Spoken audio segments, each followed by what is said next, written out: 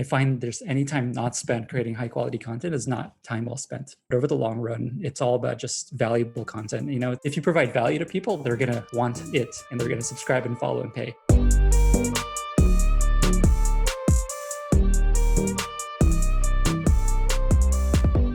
Today's interview is with Lenny Rachitsky. So, Lenny's company was acquired by Airbnb more than 7 years ago. And he spent a bunch of time at Airbnb as a product manager working on growth, where he became fascinated with things like how do you manage a team? How do you grow a company? What are the product management best practices? All of these things. After leaving Airbnb, he started a newsletter just called Lenny's Newsletter. And it now has over 3,200 paying subscribers. He's now earning more from his newsletter than he was at his tech job, quite a bit more, actually. And we get into so many things, but how to keep writing newsletter really fun, how to grow and scale your audience, using guest posts to get those first subscribers. So much good stuff. Let's dive in. Lenny, thanks for joining me today. Thanks for having me. So, you actually kicked off our call in kind of a fun spot. And so, I want to start the interview there. And that was, you just said, so did you read the New Yorker article? The New Yorker just did another article about newsletters. Why don't you give us the high level, because it kind of takes us into the state of newsletters, on the web right now.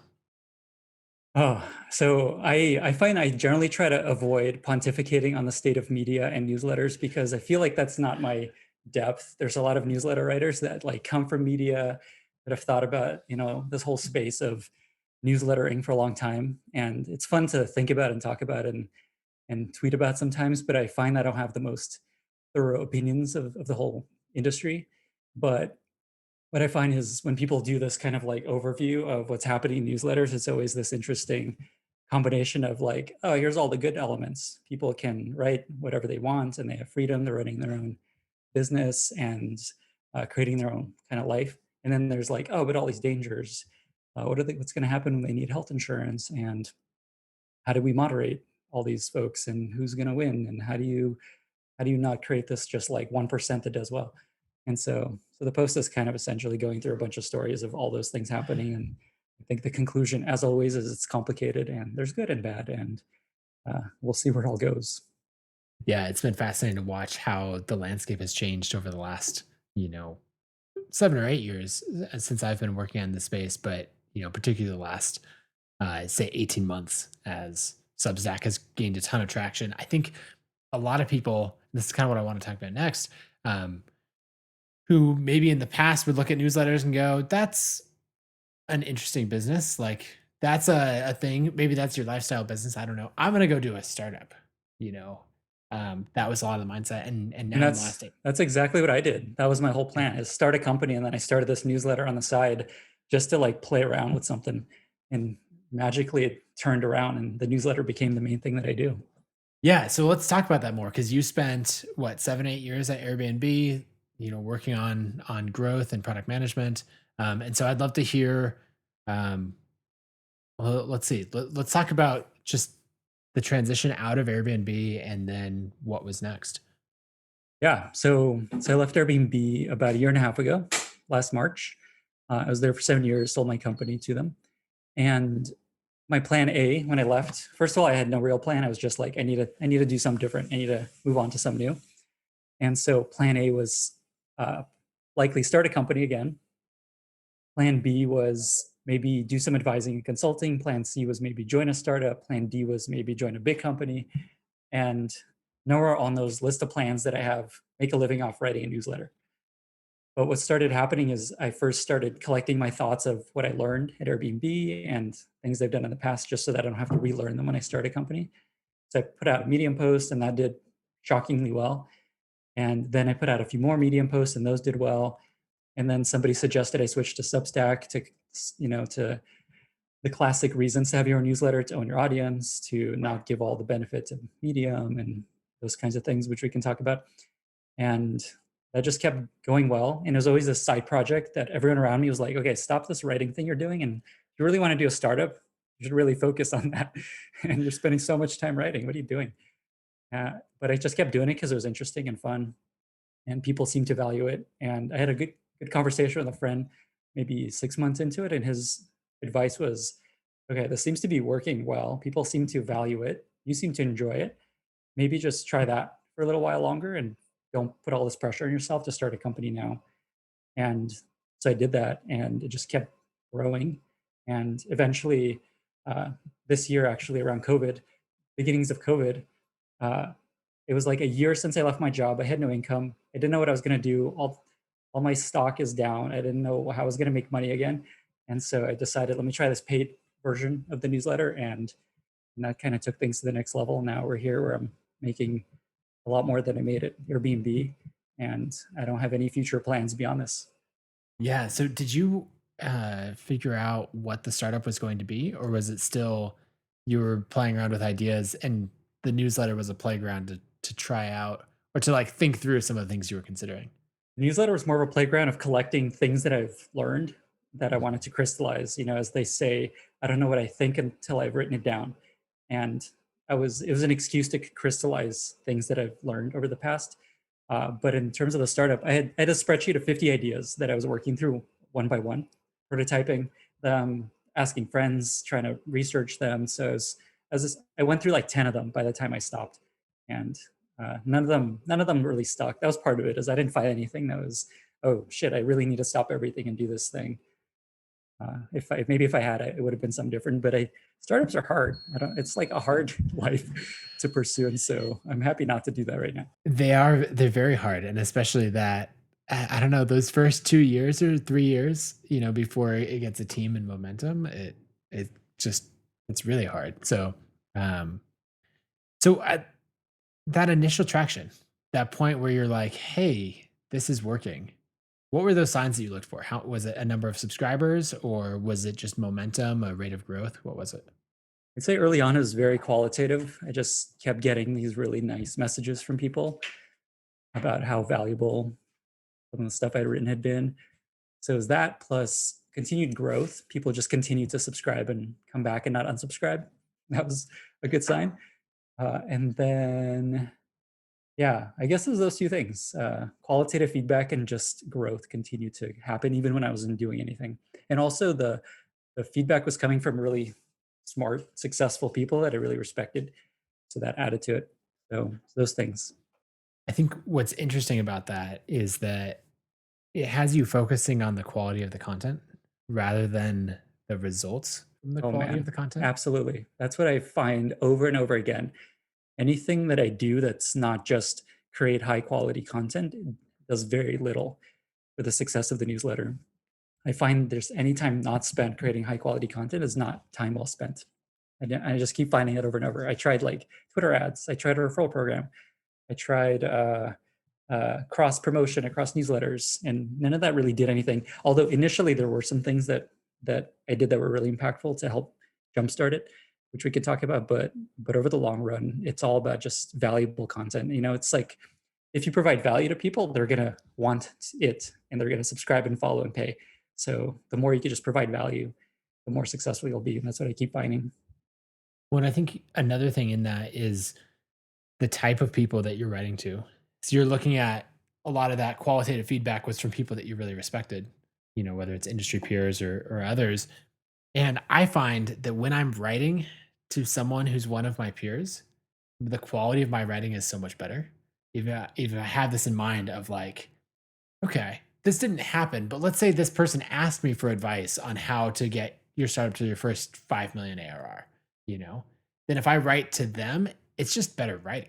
And Mm, and then I think like reading a lot of your early stuff and even the way that you write today, I get that feeling from it of like, oh, this feels like it's written to Lenny's peers and his friends rather than from the place on high where Lenny, the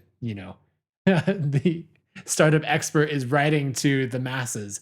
Because it comes through and you're writing in a different way. yeah, and I think a lot of that comes from, I don't know if insecurity is the right word, but I don't feel like I have the answers and I'm not the smartest, most successful person. And so my lens is, how do I just give you unarguably correct advice that either comes from successful, smart people, or a bunch of analysis over what's worked, or something like that. So the lens I use isn't, I know a lot of people, and I like your framework of just like pick a person, a specific person in mind and write to them.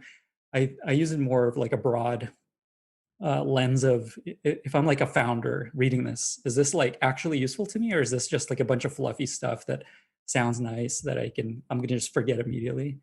And so I always come back to, is this concretely, actionably valuable immediately to somebody?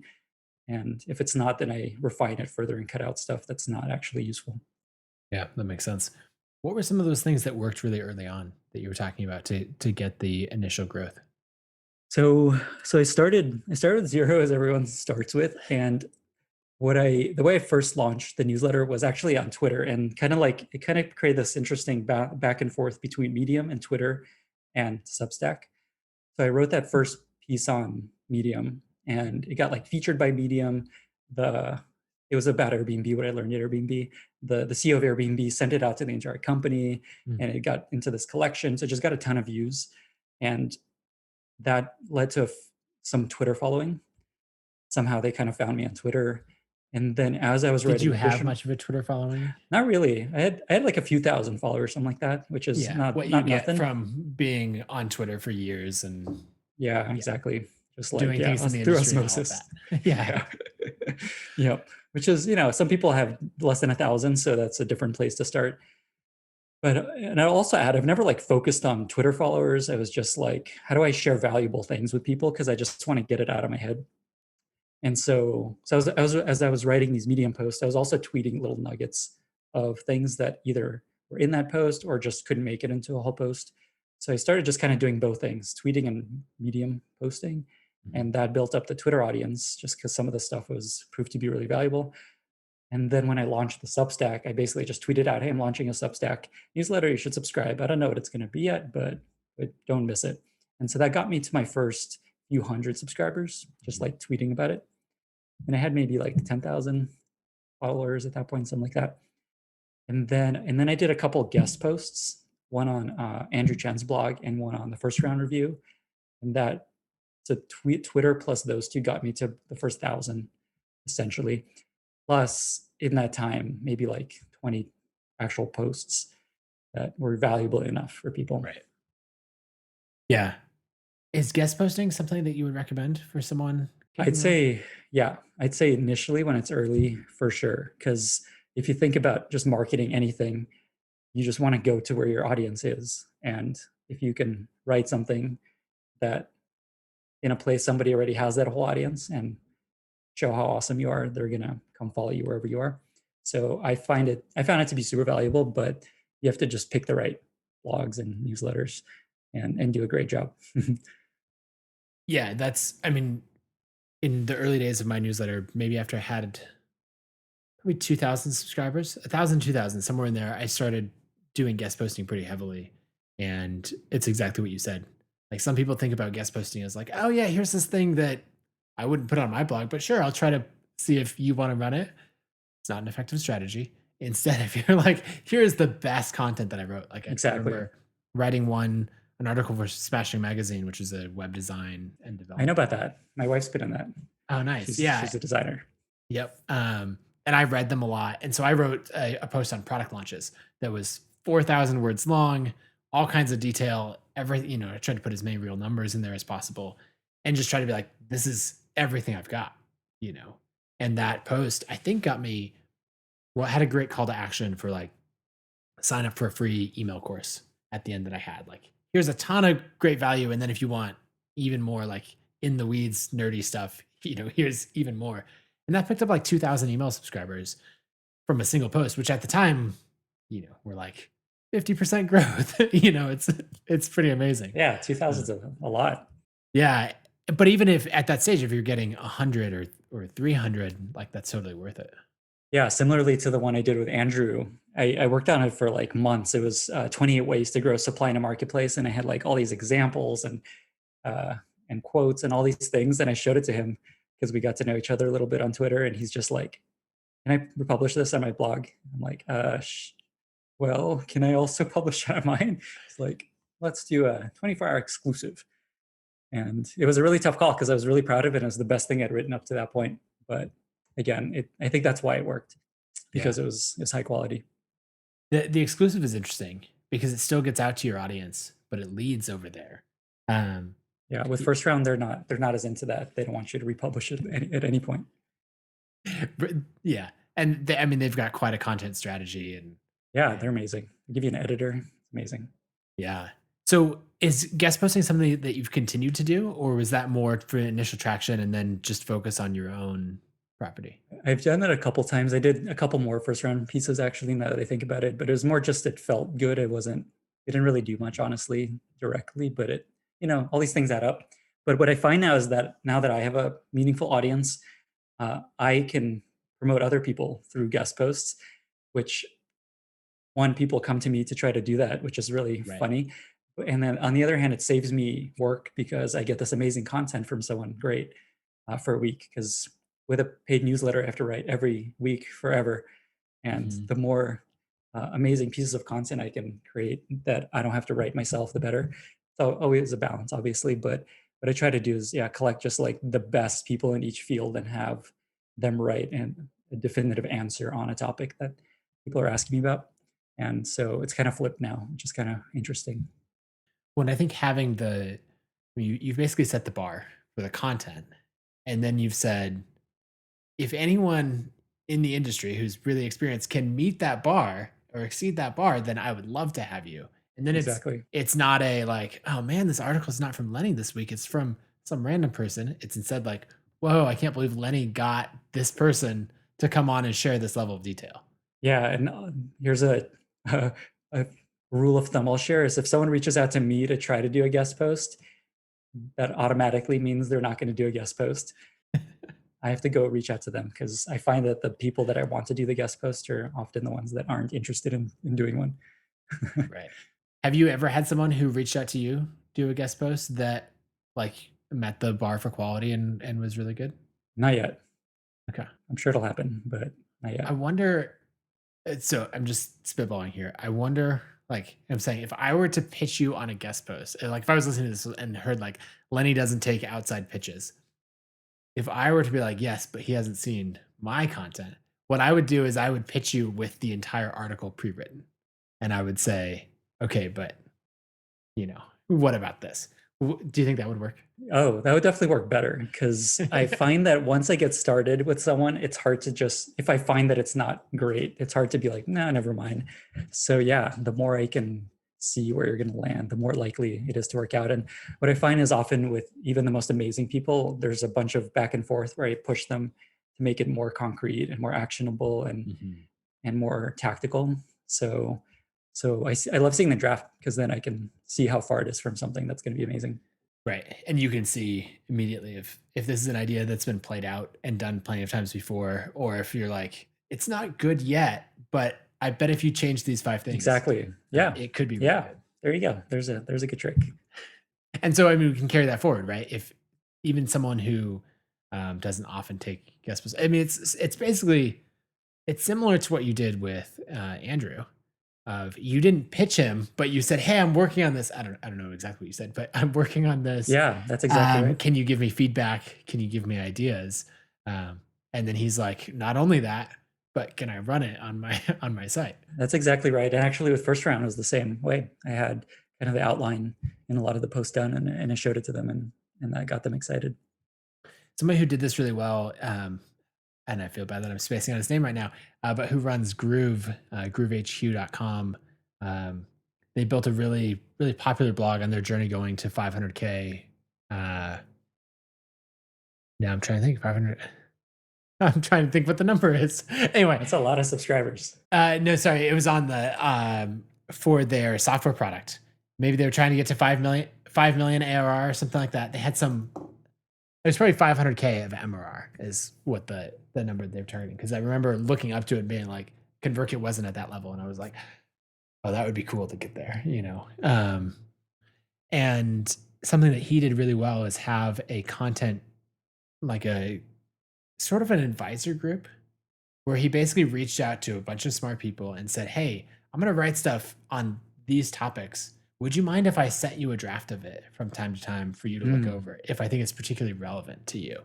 And I think that can work well because so he looped me in on that. And I was like, yeah, you're writing great stuff. I'd love to see it before it's published and maybe share some tips or insights. he had Heaton Shaw, plenty of other people. Mhm. And then what happens is when he would then publish the piece, he would email the same group, and it was probably 20 people or something, and say, "Hey, thanks for your help on this. Here it is live." And then I'd see all those people tweeting about it and sharing about it because they had like an emotional, or they had an investment in him and his success. That's actually something I forgot to mention that I found really effective launched, when I launched the paid plan, is I did exactly that with my launch announcement. I ran it by folks like Andrew Chen and a bunch of other people with a large Twitter following, like generally to get their feedback on how to frame the announcement because they were Mhm. supporters along the way, and then also it led to them tweeting about it, and that helped a lot. Yeah, that makes sense. Well, let's turn to paid. What made you choose a paid newsletter as the business model compared to, many of the other ways that you could earn a living in startups or from a newsletter? First, I'll say that there's a lot of downsides to going paid that I didn't think about until I went paid. One being, like I said, you're stuck writing every week. Some people do it daily. I don't know how they do that. That blows my mind. But you're basically stuck doing it in theory, forever because people are paying you these annual plans, and I don't know how you stop unless you just shut it all down and just refund everybody their money, which is hard to do Right. psychologically. So that's one, is you just kind of have to be ready to do this for a long time. Maybe if it's like a few years and then you just move on, that's probably fine, but you can't stop, in a few months. So for me, it took 9 months to get from starting the free newsletter to switching to paid. And a lot of that was building confidence that I could keep this up. And I had a topic every week that I could write about that I was excited about. So that's a reason that it's something to think about. The other is, before I wrote every week and it was totally free to everyone. And then once I flipped the switch, I'm doing the same amount of work, but almost all of it is now hidden behind a paywall. And it just feels really bad. Just like, man, I'm doing all this work and no one's going to see it. Cause initially you have very few paying subscribers, and it's just like, feels like it goes into a black hole. And you have to kind of get used to that, of just like, well, I'm getting paid. People are paying for it. That's the benefit.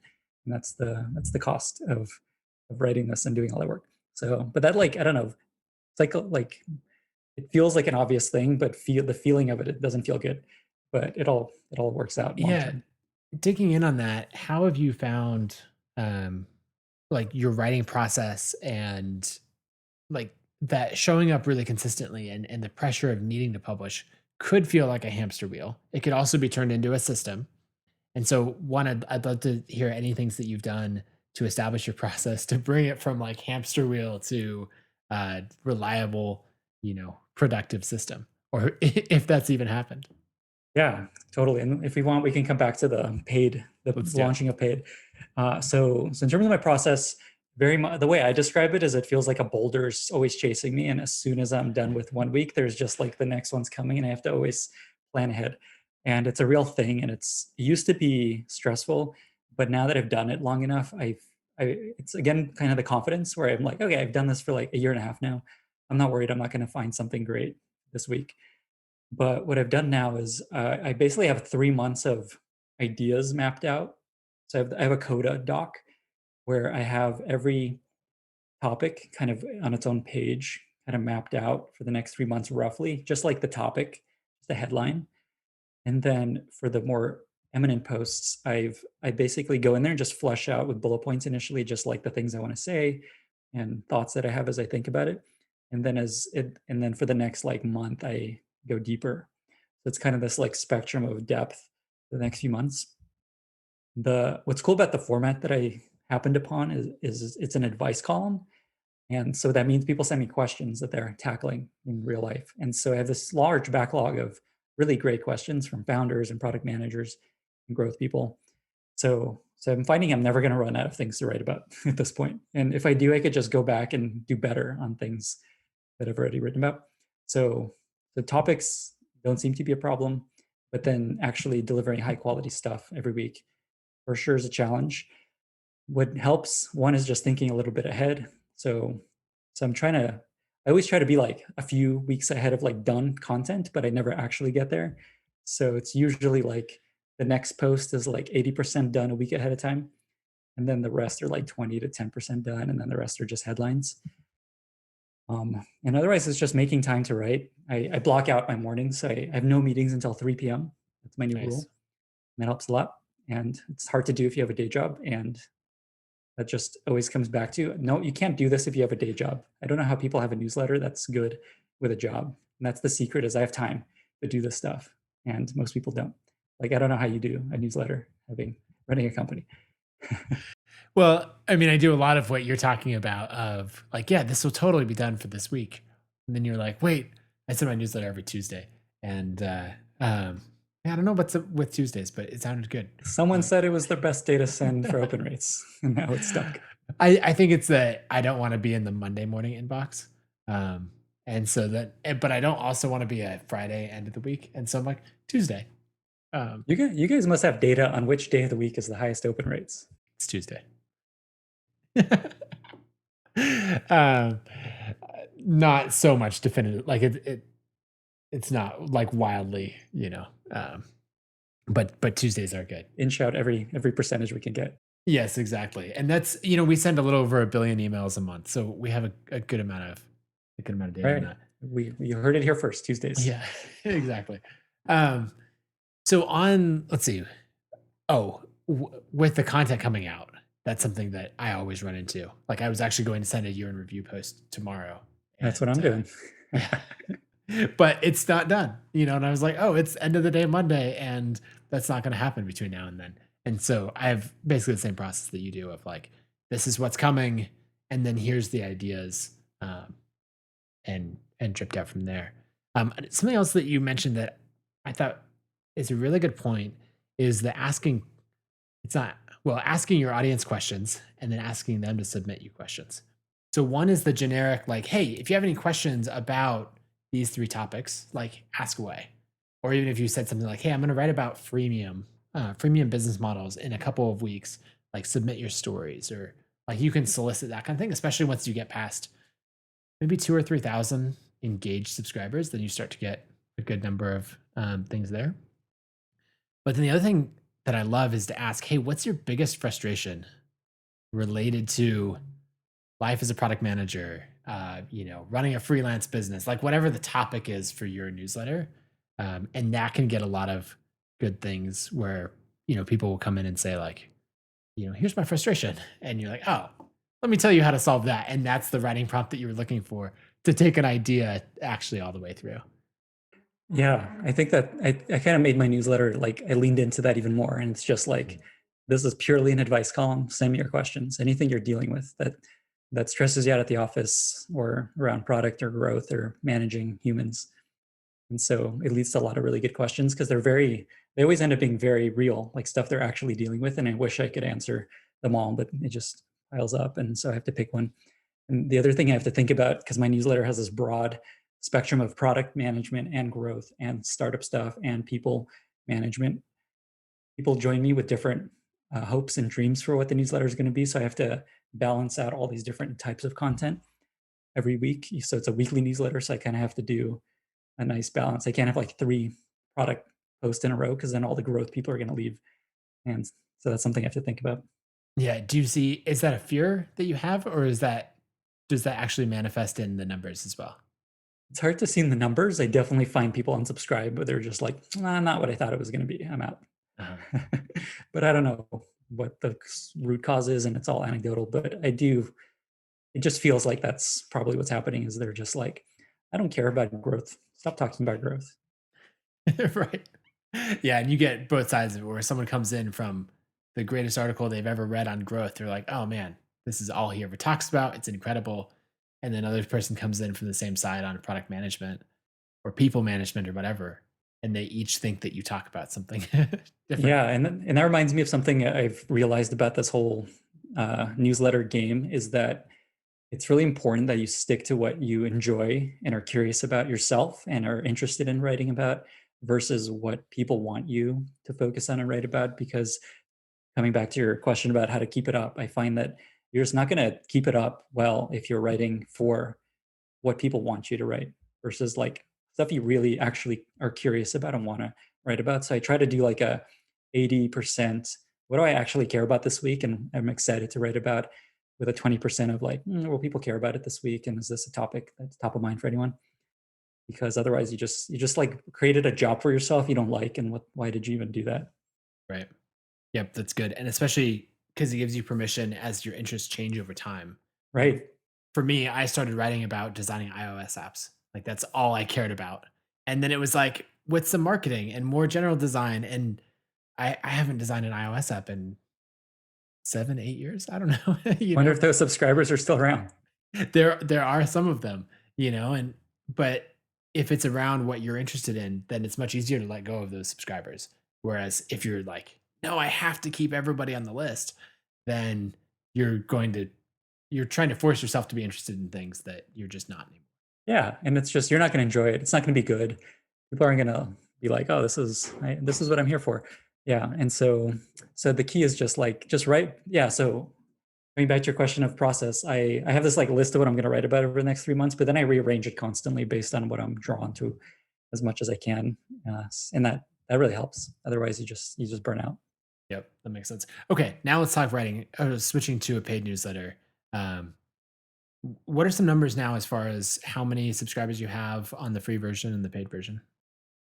So I'm going to share this publicly in parallel, and so you can see the charts if you're curious. By the time this probably comes out, uh, Yep. so I have so I have about 45,000 free subscribers around now.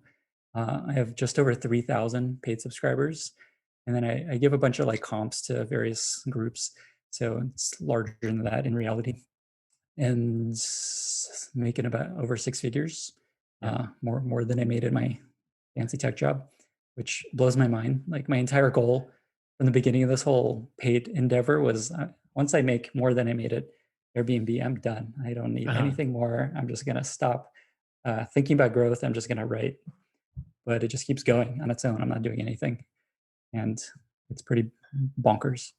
Yeah. So what was I mean, first that's incredible. Like and once you build that flywheel, it keeps working. Yeah, Uh, it's all word of mouth. I love seeing that. What when you made the switch to paid, did you have a number in mind of like this is what I'm launching this paid version? I don't know how confident you were going into it. I'm always the one like this will probably never work, but here it goes anyway. But I always have a number of like, okay, if I get 100 people to pay for this, then it's working. Or like, what was that first number for you? So I had like getting 1,000 subscribers. I'd say paid Mhm, subscribers because that roughly equated to about 100K after all the fees mhm.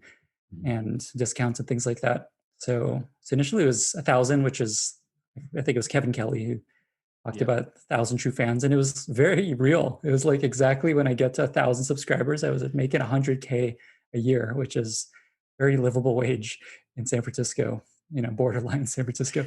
Right. And so that was the goal. Initially, it was like 500, and then wow, 1,000. That'd be amazing because if you do the math, it adds up pretty quickly with the subscription newsletter. Right.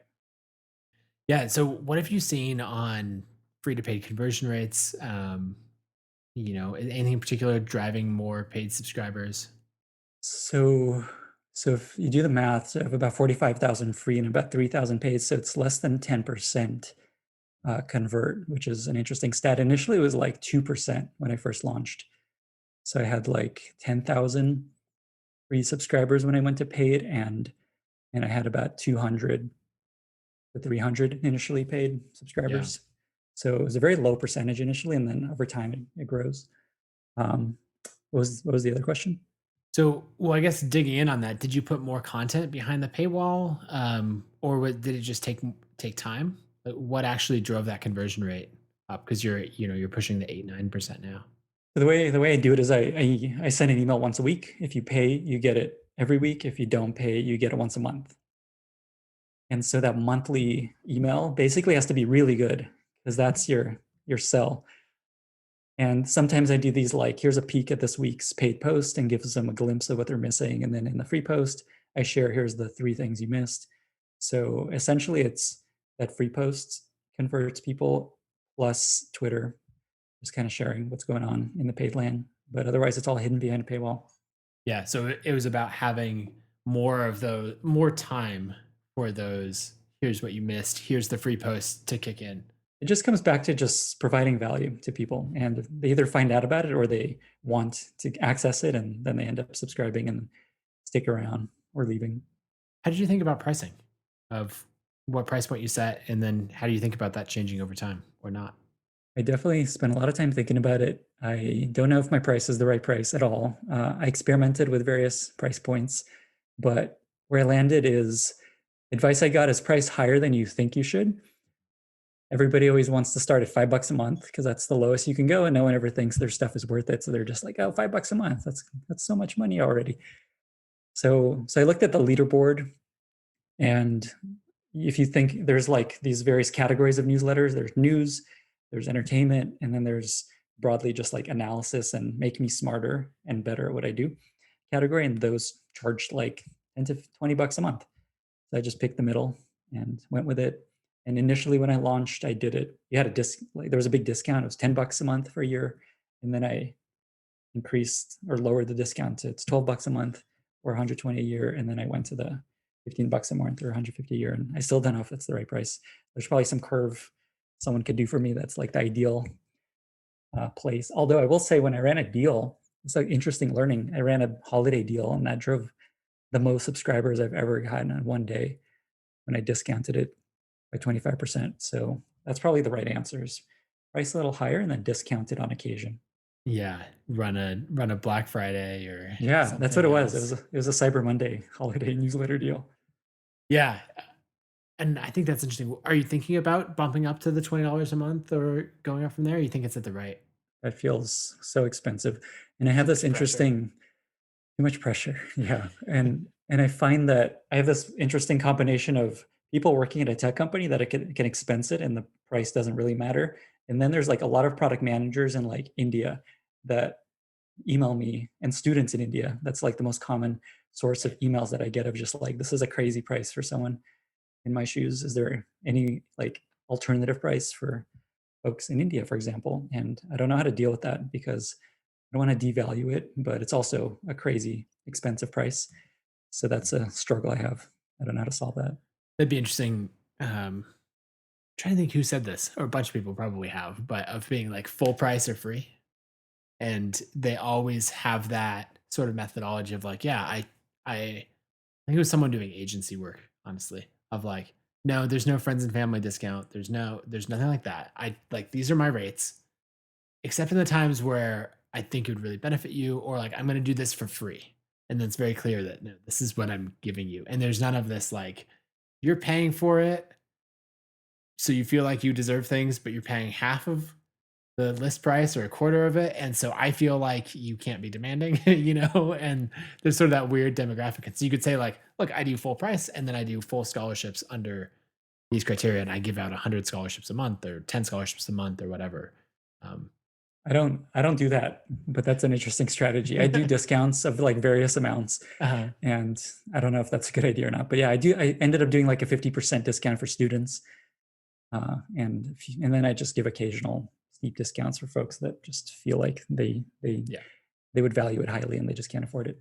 I do like the students angle, because then it's just like, hey, this is what it is, and people are paying for it, right? The number of people who are saying like, oh, this will totally change everything. Can you give it to me for free? And then, they're not invested. Who knows if they're going to read it or whatever else.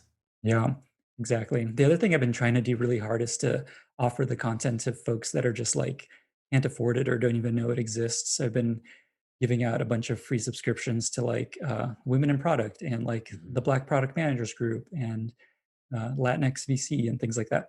And that's been really helpful. Nice. Yeah, that's great. And it spreads grows the community and everything else as well. Yeah, exactly. What are you looking to now for growth? As far as, is it just continually writing, or do you have specific goals in mind, and specific things as you look to pass the 50,000 subscriber mark or go up from there? I I try really hard not to. I think I mentioned this. Anytime I do anything that's not just create high quality content that creates Mhm. value for people, it doesn't do much. So 90% of my thought is always how do I write great stuff ongoing and sustainably.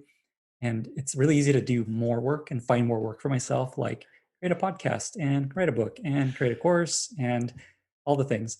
And so I'm trying really hard to avoid as much of this as I can so that I can stay and create just a really good newsletter. That's hard enough. But so a couple things have happened since I started it. One is, as I was launching the paid plan, I was like, man, $15 a month is so much money to ask. What else can I offer people? And I suggested I was going to have a private community that you have access to as a paid member. And eventually I had to do it because I promised it. And that's proven to be the most amazing thing that I've done maybe this year beyond the newsletter, because it's turned into this amazing place of peer support and help where people are just helping each other all day. There's about 2,500 people in there and just asking questions, answering questions. And I turned that into its own newsletter with the best conversations from the community each week. And so that ended up providing to a lot of people, that's the reason they subscribe. They don't even care about the newsletter. They just want access to the community. And so that's proving to be really interesting and valuable. And I will say I'm working on a product management course next year. That's something I've decided to do to see where that goes. Well, I can see there being a lot of demand for that. And one thing that's interesting there is a lot of people talk about a newsletter or like a paid newsletter as the business model, right? Or you can choose to do courses or books or sponsorships or a paid newsletter, and they're separate things. And really, I mean, exactly what you're pointing to is like they can coexist just fine. You can do a paid newsletter and then do a course for this direction. Yeah, yeah. Hunter Walk had this great post about how a lot of creators they have this one SKU, which initially is the newsletter, and then over time you can add more SKUs, like a course and I don't know, a book or something like that. And so that makes sense. But it's again, it's really easy to do more work, and I'm trying really hard not to just add more work to my plate. But this course it felt like the right thing to do next, and so I'm going to experiment with that. Yeah, that makes sense. And I'll just say I'm a huge fan of it because who I've been doing that kind of thing for a long time of selling multiple products, multiple courses, and just seeing how one section of the audience really gravitates towards buying one thing, and another section is like, no, but we'll happily pay you in aggregate $50,000 or $100,000 for content on this specific area. And so being the multiple SKU creator really lets your audience choose how they want to support you and what they want to learn from you. All right, I'm happy to hear this. Yeah, I think it's a great direction. So let's talk platforms for a little bit. Obviously, Substack or you started on Medium, moved to Substack. Substack is growing like crazy. They're getting all kinds of press in New Yorker, New York Times, etc. I'd love your thoughts on just where the market is going, and we're kind of back on this topic, but so I guess where the market's going, and then what are the decisions for you on, you know, when to start on Substack versus consider something like a Mailchimp or a Ghost or a ConvertKit? So what's interesting about Substack is I never would have been doing this with my life if not for something like a Substack Right. existing, because I had no intention of ever, one, charging for a newsletter, two, even doing like a regular newsletter. I just started with a few posts, and the kind of the chemistry that Substack kind of discovered, I think, and went all in on was, let's just make it really easy to create a newsletter and a blog, and then eventually you could charge for it if you want. And so I just followed I feel like I was exactly their like user journey that they mapped out in their initial pitch of like, just play around, sign up, create a Substack, do a few posts. Oh, it's going well. Okay, maybe I should bet on this. Maybe I should charge. And so I never would have been doing this if not for a platform like that. But in the end, it's like not a complicated set of features, and so there's going to be more and more competition, and as you well know, and so I don't know what's going to happen there long term. I will say the fees at scale are very painful, and so the bet is that they provide enough services and benefits and maybe customers that make it worth it. And for now, I'm just super loyal to them and just Mhm. really enjoy the platform just because it allowed for me to live this life. So I'm happy. Yeah, I think from you know, both you and I working in product management and growth, and all of that, it's fascinating to look at it from a case study of this is something that plenty of people have tried many times before. But like Right, a like ConvertKit, newsletters. Who knew? Yeah, and on ConvertKit, we've been working on it for in various forms and for a different market and for a long time. And I study it and I'm like, okay, what did they get right? And it really is that they just made it effortless to go from I have this one post, this thing that I want to write about to like, oh well, there's a place for it. Oh yeah, and of course you can subscribe. Whereas the industry for so long was, oh, you want to start a newsletter, like let's glue together 12 different things. Oh, paid? Oh God, paid. Oh man. Okay. You gotta set it up so much stuff, you know? Even like that first step of like, you want to start a newsletter? Like, I wasn't even in that mindset. I was just like, oh, Right. this is a better place to do a blog because I can capture email addresses. So yeah. So they just made it like a trick almost. They're like, oh, Right. okay, I see where And this it could go. and it guided you into a figure business.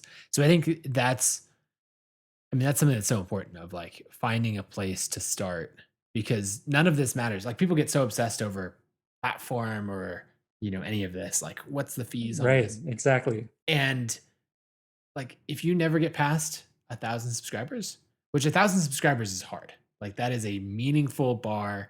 You get to that point, you have momentum. But if you never get past that, like the platform that you choose does not matter. Yeah. And so we're, Exactly. as newsletter creators, we often obsess over the wrong decision to start. Whereas the correct decision is, am I going to do this every day for a year to see if I like it?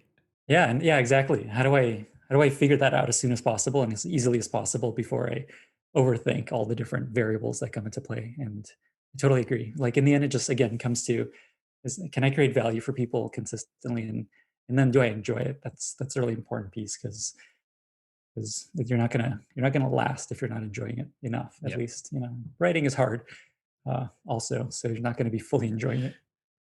Yes. Yep, that makes sense. Okay, so something that I want to talk about a little bit more is this idea of keeping the newsletter simple.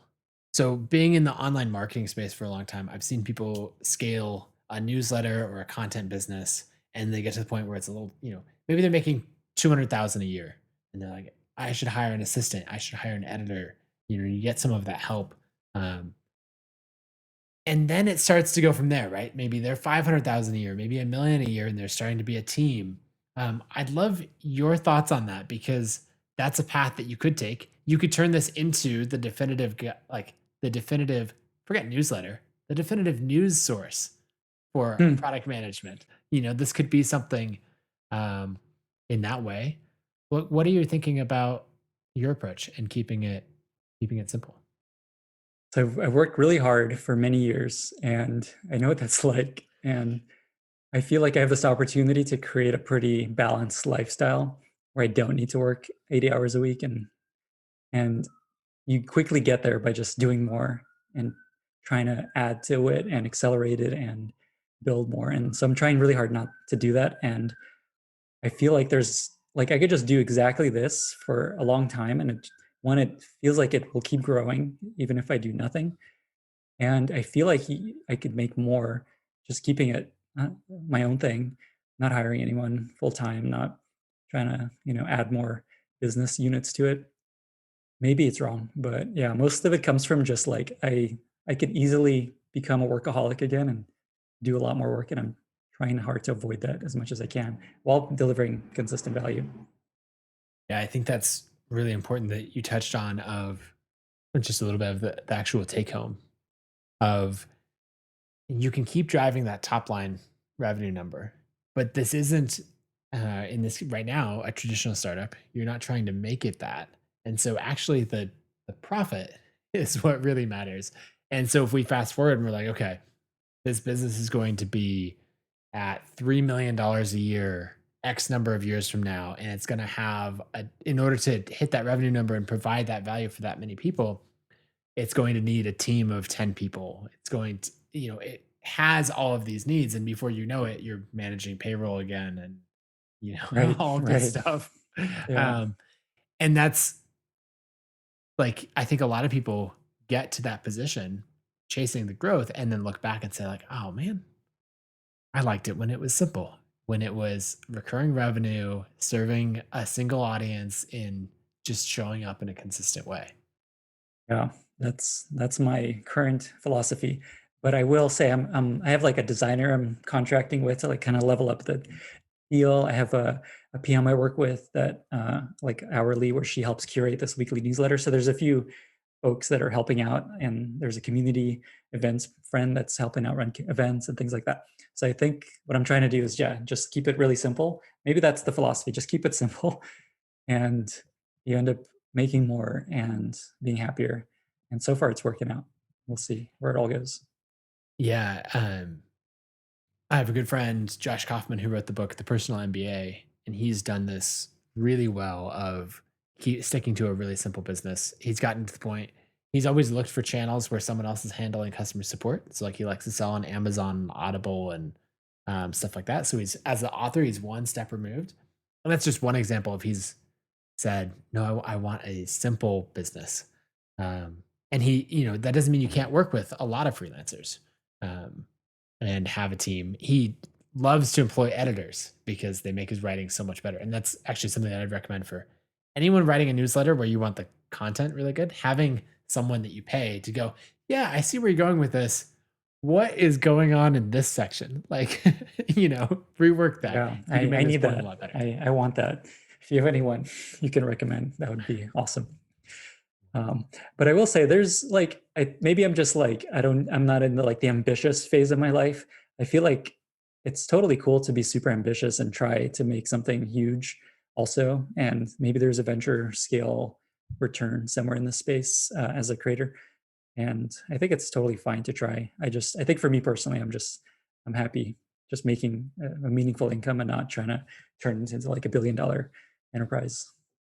One other thing on that is wherever, let's say at some point down the road, 2 years from now, 3 years from now, that in that list of the 50 startup ideas, right? Maybe one of them does start to stand out. And then you're like, I think I want to pursue this. Then you have this list of 30, 40, 100,000, maybe it's 200,000 people by then who you're like, you have your own audience and your own platform to launch to, as well as all these connections. Super true. Yeah, I could always turn into something new and I could just, okay, newsletter is done. Moving on. Well, and you don't even have to necessarily give up the newsletter. Yeah, it's true. If I can find a more efficient way of doing it every week and while running a company, maybe. Right. What are some interesting doors that have opened from writing the newsletter, or opportunities that have come up, or people that you've met that came about purely because you're Twitter famous now in a certain circle? So speaking of Twitter, like there's this amazing superpower that gets unlocked once you have enough followers where any question you have, you could just ask it and you get all these amazing answers from people that are just, very curious to see what everyone else says and they share their insight. So I find that whenever I focus on a topic and I want to get a more complete picture of how people are thinking about it, I just ask the question on Twitter and it turns into this really amazing resource. So I try to leverage that more and more because I find it's like helpful to everybody else also. It's not just, oh, here's a bunch of answers. I'm gonna take it all from you. It's like now this public thread of all these interesting answers to a really interesting question. So that's one amazing thing that I didn't see coming. And then two, I also angel invest, and I find like 80% of founders are subscribed to the newsletter or have heard of it. And as we know in investing, it's on the investor to get into great deals now because there's so many VCs and angels out there. And so the more people can see the value you can provide, the easier it is for you to get into the deal. And now they can see, oh, he's smart about these things. We should let him invest. And so it's been really helpful letting me get into really interesting startup deals. Yeah, that makes sense. On the note of Twitter, what are some of the things that have worked to specifically grow your Twitter following? It's exactly the same thing, just providing value for people. Anytime I think of something, either from a post that I've done or just that isn't enough for a post, I just find a way to share it very succinctly on Twitter, like how to do performance reviews or even just like summarizing a post that's long into a Twitter thread. It's just always that, just provide value to people and they'll follow you, they'll retweet it, they'll like it and all those things. And it just kind of builds on itself. That makes sense. And I mean, it just goes back to everything that you're doing of there aren't, even though we work in growth and startups, there aren't really growth hacks in the same way. It's Like, show yeah, up consistently. That's the hack. show up consistently and high quality, Yeah, consistent quality, exactly. Just provide consistent value to people. I know for like Morning Brew, a referrals program worked really well, and there's like cases where something like that's not pure content helped Mhm. significantly. But I find in the end, if your newsletter just isn't growing significantly, I would just think about how do I provide more value to the readers Right. again and again and again, and it's not going to happen overnight, and that seems to work. Yeah. Okay. Last question. I realized I was thinking about on the pricing side. You have this split that you talked about between individuals paying for it and companies paying for it, and I think that's relatively new in the newsletter space of a company. Like a B2B newsletter. Yeah, exactly. And so if someone was starting out and they're trying to hone in on their topic, and maybe there's an option for them to write something that could be expensed, how would you think about that? Do you think that's happening a lot? Is that important, or does it matter? I don't actually know what percentage of my newsletter is expensed. If I had to guess, it's like 20% expense it, something like that. And so it's not like a game changer, and it's hard to like if you listen to my advice of stick to things you're interested in, it's hard to like Frankenstein on, oh, I'm also going to add this thing that just happens to be interesting for companies. But it's a helpful thing, and I've tried to do a little bit of proactive B2B kind of sales, and it doesn't really do much. I find that I have to wait for people to come to me and ask for like bulk discounts for their company, and that works well. I also find VCs are offering it as a perk to their portfolio companies occasionally, but all Nice. that just comes to me. Anytime I pitch them on, it doesn't go anywhere. So, but it's an interesting new trend, and I don't know where it's going to go. I don't know if it'll ever be like 50% of my readers. But yeah, if you can create value for a company, they have more money, and Right. and so you'll have some sales there. Yeah. On that note, it just made me think of advice I've given in the past on when people are trying to hone in on a topic. And it's like, well, if you're trying to make money yourself through teaching, right? Which a newsletter, of course, any of that, we're teaching in one form or another. So if you're trying to make money yourself, then teach a skill that makes money to people who have money. And so we're not talking about knitting to teenagers, right? We're talking about product management and growth strategies to startup founders, PMs, companies who have money. And so it's probably not like, can this be expensed or not that you're thinking about? It's okay, am I delivering value, a level of value that people can uh, earn a living with, and it will level up their career. Yeah, those are definitely the easiest newsletters to monetize. There's also just like help me make money directly. Like there's like Bitcoin newsletters, and there's one around like distressed asset investing that does really well. But then there's also just like, if you looked at the Substack leaderboard, like the first two are all just news, like politics analysis, like a really unique perspective on politics. So you can definitely make money just through news and analysis, and also just like entertainment, like the browser is this awesome newsletter where it's just 5 beautiful pieces of writing every day, and people Nice. pay for that. So there's a lot of different approaches. Do you have any newsletters beyond what you just mentioned that you particularly love? I always worry about answering this question because I have so many newsletter friends now, and I always worry they're going to get upset at me. You single somebody out. Exactly. So how about I'm gonna tweet my favorites and then go find me on Twitter, and That sounds good. Well, that's a good place to wrap up. So, on that note, where should people follow you on Twitter and then subscribe to the newsletter? lennysnewsletter.com, which just redirects to my Substack, and then just Lenny San, SAN at on Twitter. Perfect. Well, thanks so much for joining me. This was a really fun conversation, and we'll talk soon. Thanks for having me.